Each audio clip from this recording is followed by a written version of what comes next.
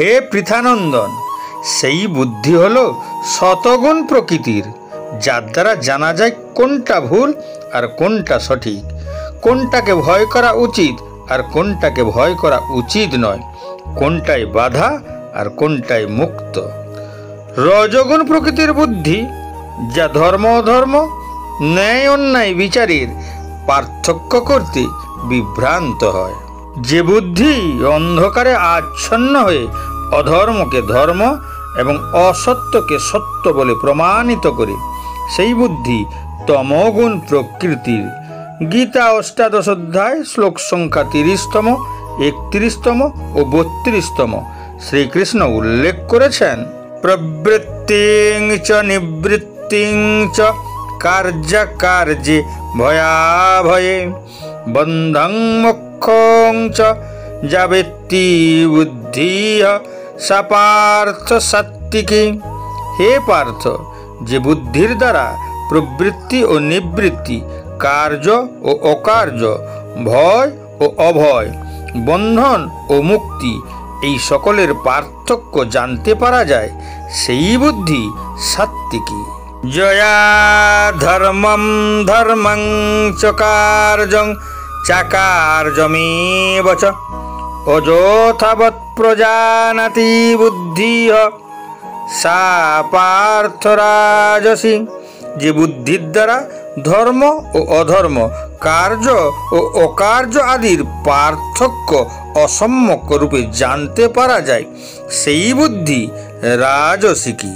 অধর্মং ধর্মমিতি যা মন্যতে তমসাবৃতা সর্বার্থান বিপরীতাংশ্চ বুদ্ধি সা পার্থ তামসী।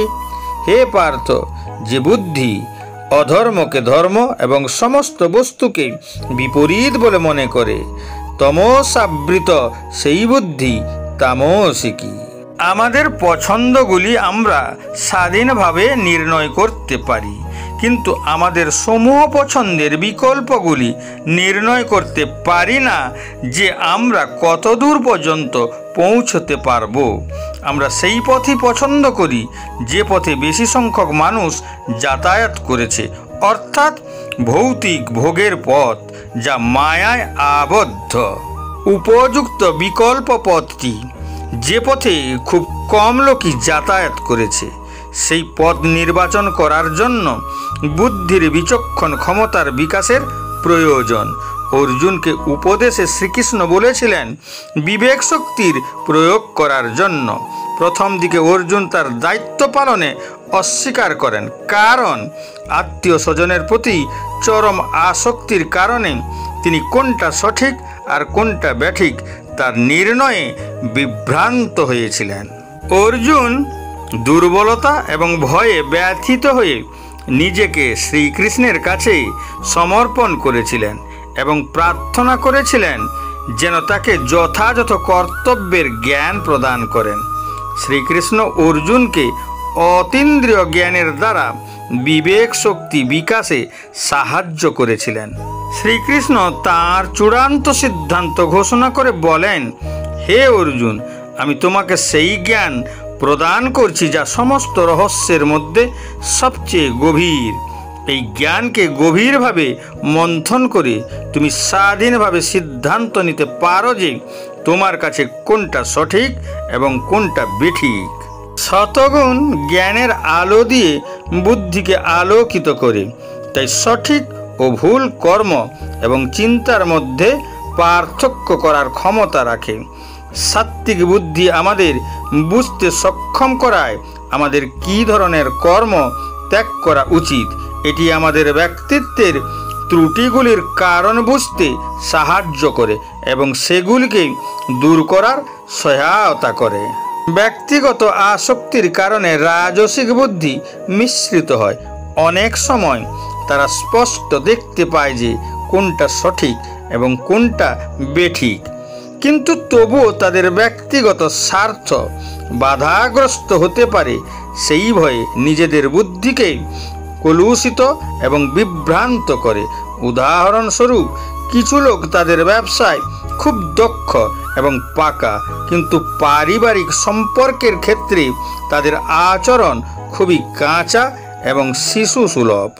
তারা তাদের কর্মজীবনের ক্ষেত্রে যতটা সফল, সাংসারিক ক্ষেত্রে ততটাই ব্যর্থ, কারণ তাদের আসক্তি তাদেরকে সঠিক উপলব্ধি গ্রহণ করাতে এবং ভালো আচরণ অনুসরণ করাতে বাধা দেয়। রজগুণী বুদ্ধি তাদের আসক্তি এবং ঘৃণার দ্বারাই রঙিন, তাই তাদের পছন্দ অপছন্দ এবং কর্মের সঠিক পথ চিনতে অক্ষম হয়। কোনটা গুরুত্বপূর্ণ এবং তুচ্ছ, কোনটা স্থায়ী এবং অস্থায়ী, কোনটা মূল্যবান এবং অর্থহীন তা পার্থক্য করতে তাদের বুদ্ধি বিভ্রান্তের শিকার হয়। তামসিক বুদ্ধি জ্ঞানহীন অধম বুদ্ধি, তাই অধর্মকে ধর্ম বলার অপকর্ম করে। উদাহরণস্বরূপ, একজন মদ্যপ ব্যক্তি নেশায় আসক্ত হয়ে কুয়াশার অন্ধকারে ঢেকে তার মনকে মলিন করে দেয় এবং সে নিজের দুর্দশার জন্য অধম বুদ্ধির সাহায্য নেয়। সে বুঝতে পারে না যে তার নেশার আসক্তি তাকে কত নিচে নামাতে পারে। তার নেশার আসক্তি তার স্থায়ী সম্পদ বিক্রি করে তার পরিবারকে পথে বসাতে পারে। এমনকি সে সমাজ বিরোধীও হতে পারে এবং সে প্রতিহিংসা পরায়ণ হয়ে পড়ে। সে প্রতিহিংসা পরায়ণ মনের কারণে সঠিক সিদ্ধান্ত নেওয়ার ক্ষমতাও হারিয়ে ফেলে।